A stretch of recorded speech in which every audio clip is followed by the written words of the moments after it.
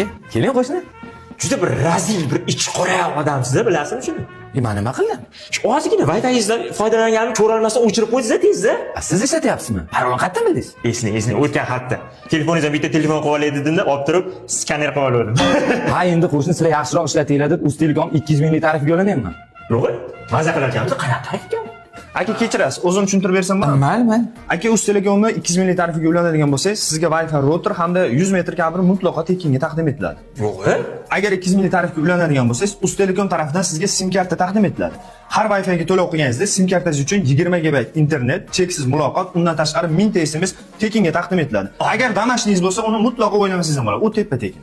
Shuncha sharoit qanday? Uydagilarim ham buncha sharoit bermagan. Manga.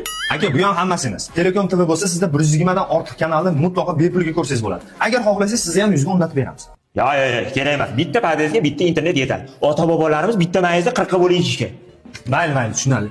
Aka qarang, agar qo'shni siz Wi-Fi orqali mumkin bo'lmagan saytga kirsa, javobgarlik siz bo'yningizda qolib ketishi mumkin. Yo'q.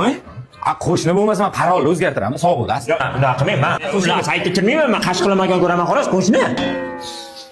Bu qo'shni parolni o'zgartirib oldi. Yomon pastda qo'shnilar. Bir ketsa ketsin, o'zim o'rnataman. Menga o'rnatib bering, aka.